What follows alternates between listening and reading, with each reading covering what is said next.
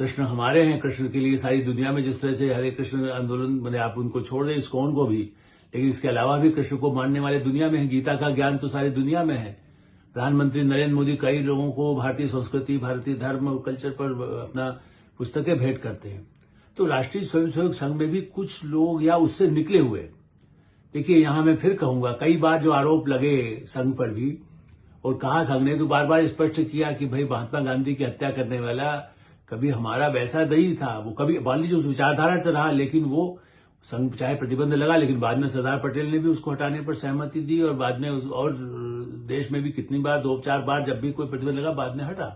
तो संघ के पक्ष की बात नहीं है। उसमें भी उससे कोई अलग होकर के कांग्रेस से कोई निकले हुए लोग बम चलाते थे या चलाने लगे। कल कम्युनिस्टों के कई लोग माओवादी हो गए, तो आप क्या कम्युनिस्टों को जेल थोड़ी भेज देंगे सबको?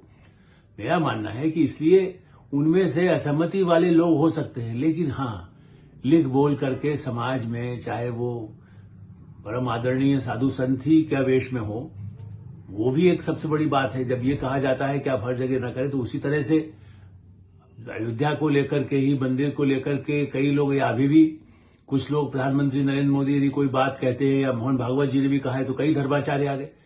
अब शंकराचार्य 4 होते थे, जहां हमने बचपन से जो पढ़ा, भारत में जो संस्कृति रही है उसमें 4 दिशाओं में शंकराचार्य। ऐसे ही महामंडलेश्वर, हमने कुंभ मेला फिर लगने वाला है, लेकिन हमने उज्जैन में भी कुंभ मेला लगता था, सिंहस्थ जिसको कहते हैं, और कुंभ का जो, लेकिन ये सही है कि उसमें महामंडलेश्वर, अब तो यह है कि कई स्थानों पर कई महामंडलेश्वर हो गए, आचार्य हो गए, कोई शंकराचार्य खुद ही कहने लगे। ऐसे भी हमें सम्मान करता हूं, हो सकता है उनको उसके लिए मान्यता मिली हो किसी क्षेत्र में। भारत एक विशाल देश है, मैंने कहा ना, कोई आदमी कुछ भी अखबार निकाल सकता है, व्यक्ति की स्वतंत्रता है, तो वो भी बन सकते हैं।